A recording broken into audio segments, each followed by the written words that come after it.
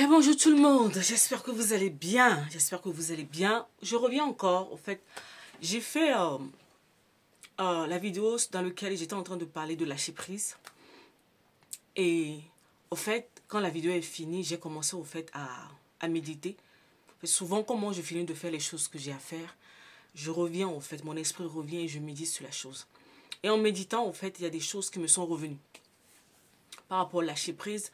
Donc c'est comme si c'est la partie 2 qui va vraiment compléter la première vidéo et ça va vraiment vous aider à faire réellement ce travail au fait de lâcher prise que vous devez faire pour certains d'entre vous. C'est pas pour tout le monde, mais pour certains d'entre vous. Je me suis rendu compte au fait que dans cette histoire de lâcher prise, il y a aussi des pressions inutiles qu'on se met.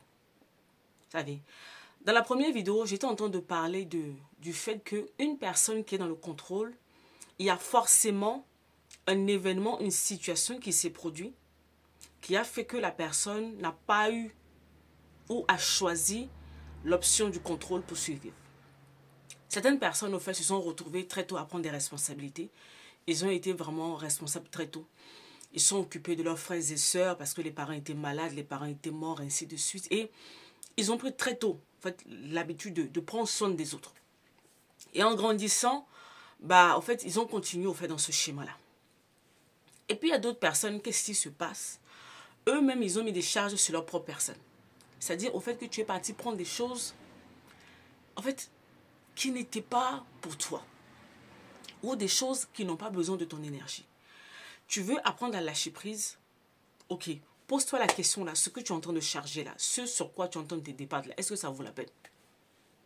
Voilà une autre chose qui va réellement t'aider. Parce que par moment, vous vous mettez des pressions sur des choses qui n'en valent pas la peine du tout.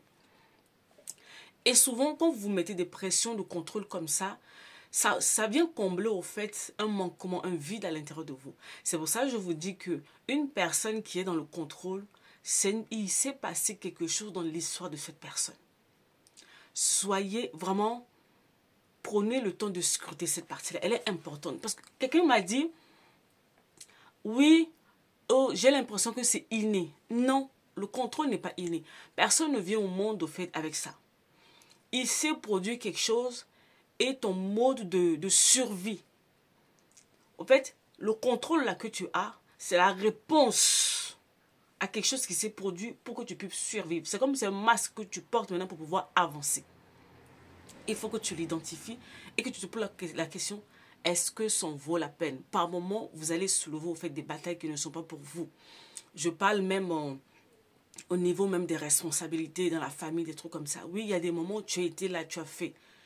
Mais quand les personnes ont grandi, je prends l'exemple au cas où tu as dû t'occuper de tes frères et sœurs parce que les parents ils étaient malades ou ils étaient décédés. Maintenant ils sont grands, tu t'es battu. Maintenant ils sont grands. Ils volent de leur propre aile. Pourquoi tu es toujours sur leur tête au fait? Laisse-les, relâche-les, fais leur vie. Mais si tu es toujours dans le contrôle de ces personnes-là, pour faire tel tout dans leur vie, maintenant, remettre en cause. Vous voyez? Oui, peut-être qu'il s'est passé des événements qui t'ont plongé dans cet état-là. Maintenant, l'événement n'est plus là. Qu'est-ce que tu es censé faire? Ou peut-être que l'événement est toujours là. Mais est-ce que ça vaut la peine de te mettre dans des états pareils? Parce que cette histoire de contrôle, ça te bouffe la santé. Et par moment, si tu ne fais pas attention, quand on parle de la santé, tu peux commencer à développer des problèmes de cœur.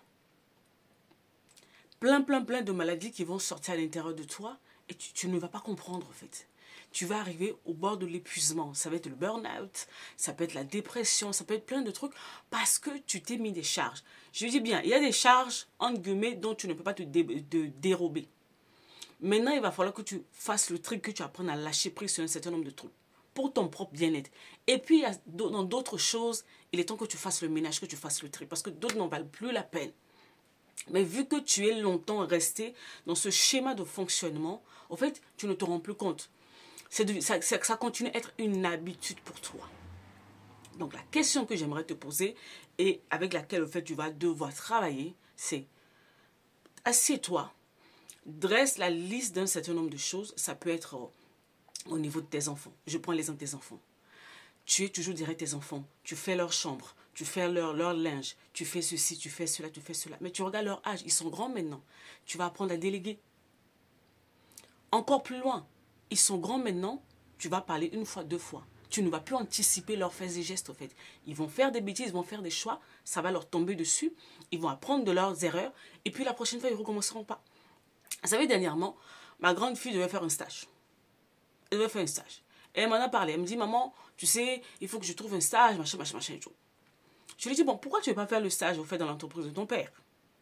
Non, j'ai pas envie. Il a dit, ok, il n'y a pas de souci. Mais il va falloir qu'on aille démarcher les entreprises pour que tu fasses ton stage.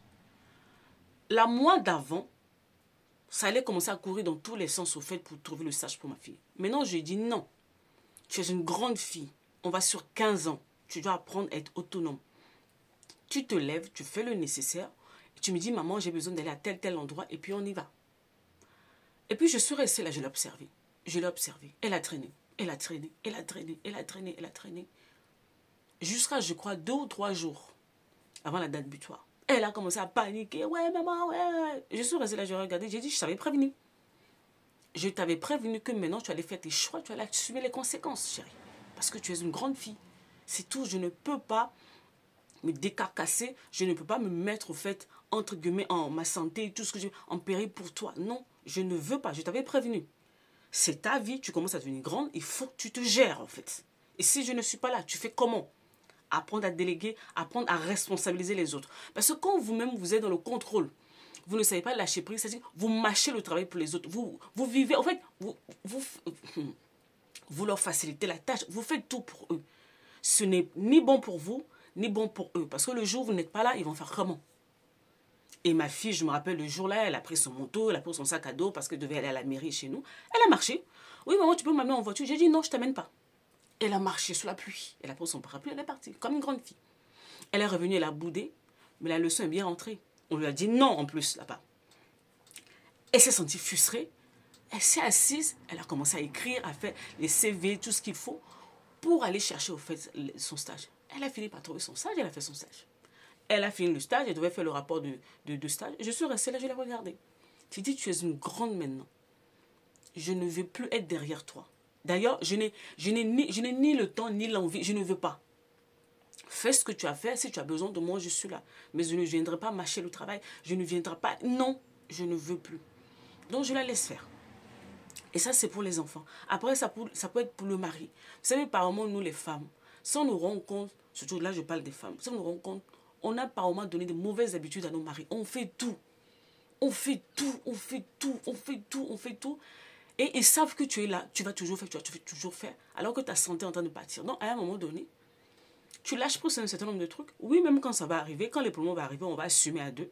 Et puis c'est tout. Tu ne vas pas te tuer à la tâche. Tu parles, tu préviens.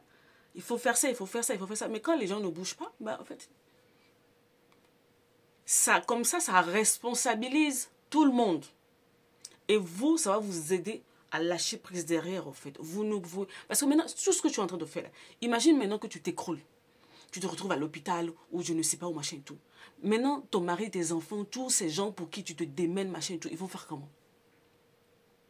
Ils vont faire comment? C'est là où tu vas te rendre compte, au fait, que en fait, la vie continue sans toi. Tu vois ce que je veux dire? Lâcher prise, c'est d'abord pour ton bien-être. Tu parles, tu dis les choses. Si les gens ne veulent pas le faire, ok, d'accord. Bon, on attend.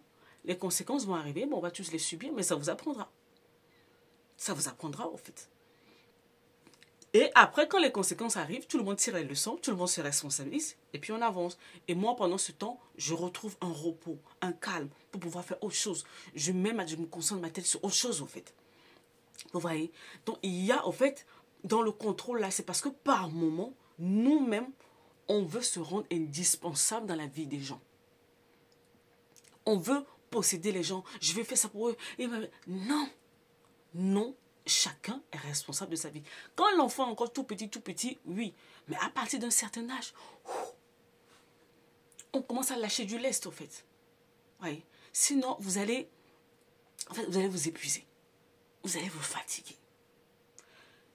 Identifie ce qui t'a ramené, au fait, dans cet état. Après l'identification, fais maintenant le tri. Qu'est-ce qui est encore utile que je dois garder, sur laquelle je dois lâcher prise, et puis d'autres même que tu dois vraiment déposer complètement. déposer. Moi, il y a des trucs maintenant, je regarde, je dis, ça, mon énergie ne rentrera pas dedans. C'est un choix délibéré, intentionnel que je fais. Je dis, je ne vais pas gaspiller mon énergie dans ça. Ouais. Donc, c'est sur ça que vraiment, j'aimerais revenir pour aider, pour pousser ce travail.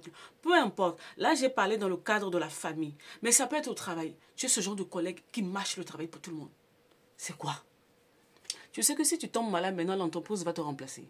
Ils vont te remplacer vite. Tu es au bord de l'épuisement. Je peux même aller même dans le service à l'église. Tu es là de lundi à dimanche. Le jour où tu tombes malade, le jour où tu ne peux pas, on va trouver une autre personne pour te remplacer. Je te le dis, c'est choquant. On va vite te remplacer. Donc, fais le tri. Est-ce que c'est nécessaire? Il y a une parole de la Bible qui dit ceci, tout m'est permis. Mais est-ce que, voilà, tout m'est permis, mais est-ce que tout est utile en fait? À partir de ça, tu vas te débarrasser d'un certain nombre de choses qui n'en valent pas la peine ou ce dont tu n'as pas besoin dans cette saison. Il y a des choses que tu faisais dans une saison avant, c'était nécessaire. Maintenant, c'est plus nécessaire. Passe à autre chose. Lâche. Lâche. Adapte-toi. Oui, je sais que lâcher les anciennes habitudes, c'est pas évident. Mais adapte-toi, au fait. Et puis avance. Et surtout, surtout par-dessus tout, je veux que tu ne t'oublies pas. Vous savez, depuis la fin de l'année dernière, je suis en train de vous dire quelque chose. Vous-même en tant que personne. Vous vous rappelez quand je vous souhaitais entre guillemets, les vœux de bonne année? Vous en tant que personne, ne vous oubliez pas. Peu importe ce que vous faites. Quand vous arrivez dans un truc qui commence au fait à vous rendre malade, c'est la sonnette d'alarme en fait. Choisissez-vous. Choisissez-vous les amis. D'accord? C'était vraiment la partie B. Mais je vais revenir plus calmement. Je vais prendre le temps parce qu'il y a des gens qui m'ont posé la question. Mais Noélie, entre le lâcher prise, enfin la confiance à Dieu, comment faire? Je vais préparer cette vidéo calmement. Je vais prendre vraiment le temps de méditer, de prier. Et la manière dont je vais être orientée, je reviendrai vous voir pour parler vraiment sur cette confiance à Dieu. D'ici là, on va aborder le thème de l'épuisement émotionnel. Dans tous les domaines de la vie. Ça peut être dans la famille, dans le couple, dans le service à l'église, au travail. On se fatigue pour beaucoup de choses. On s'épuise avant le temps, en fait. Les gens, cette année, on va apprendre à se ménager. On va vraiment apprendre à se ménager. Tout est permis, mais tout n'est pas utile. Prenez soin de vous. Bye bye.